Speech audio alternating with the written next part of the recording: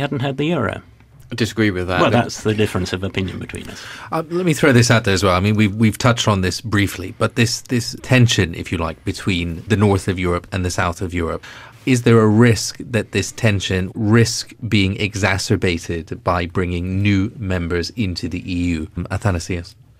I think this might be the case with specific areas of economic policy. For example, common agricultural policies. If Turkey, for example, joins, I suppose that countries like Poland would have some objections for some countries like Ukraine or Turkey that compete Poland in the sector of agriculture would have some objections to that. So in that sense, since the climate, the economic climate is not that good, and maybe the Eurozone crisis is a very serious crisis that we haven't seen. It's like the whole of it, how it will evolve at the end. Yes, then maybe some countries, and again, this represents the supply side of EU enlargement, might object to further enlargement. And I suppose that if the EU enlargement does not die at the end, I think it will change form. It might take the form of a privileged partnership or of what we have now, ENP, European Neighbourhood Policy. So I'm not still whether it will keep its current form. And to take the case of Turkey, which is what your research specialises in, we work on the assumption that EU membership is going to be beneficial for Turkey. Is that necessarily true?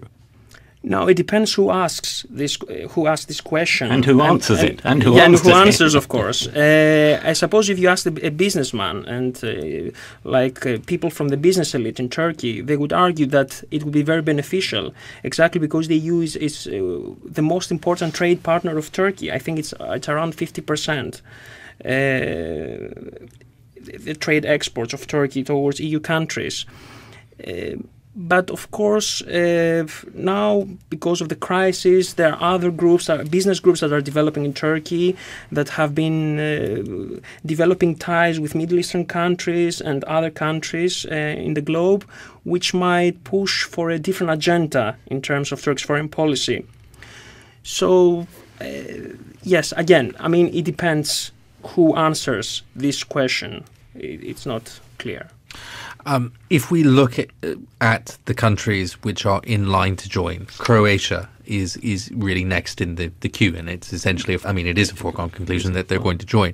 Brendan, does their accession to the European Union change anything to do with the calculus of where things are now with the crisis?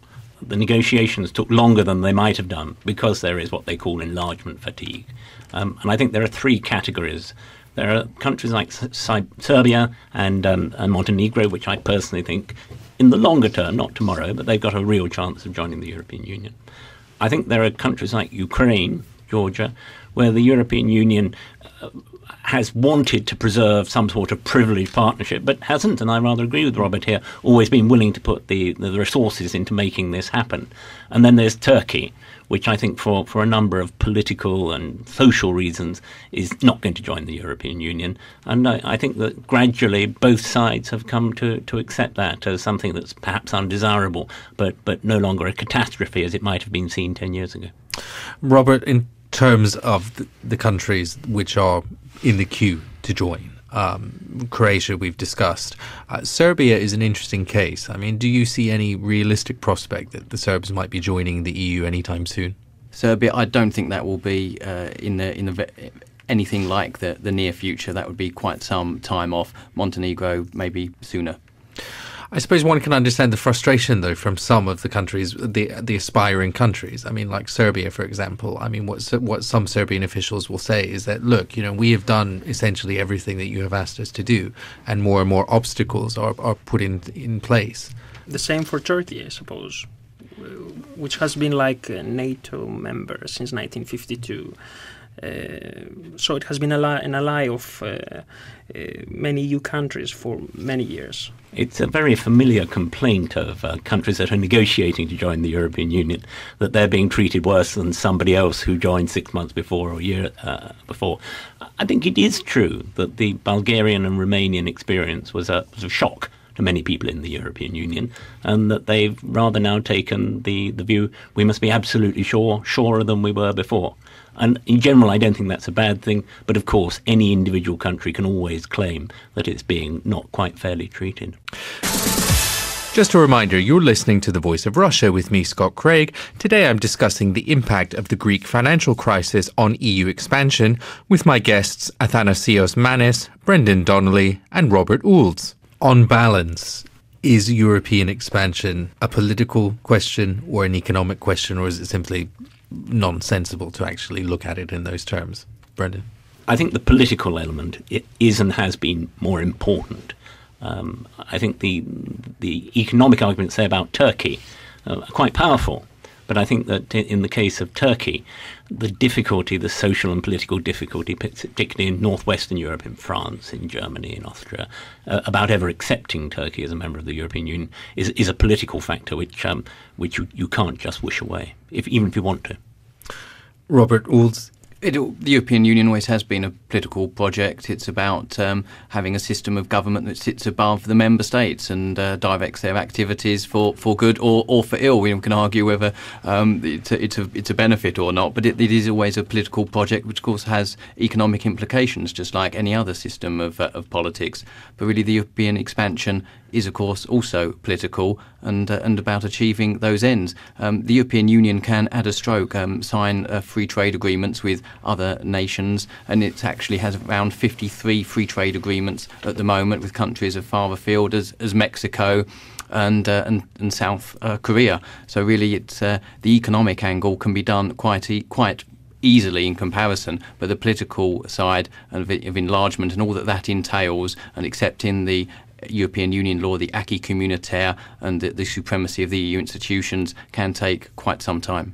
Come back to the question of Turkey. Athanasios, it's interesting to look at the current EU member states. Which of them have been friends of the Turkish bid and which haven't? I think this has to do with the way the member states see the EU developing in the future. So, for example, the UK, who is much in favor of Turkey's candidacy, it tends to focus on the strategic implications of integrating Turkey into the EU, since Turkey has one of the largest armies in the world, and it's neighboring like important Middle Eastern countries for the interests of many of the EU countries.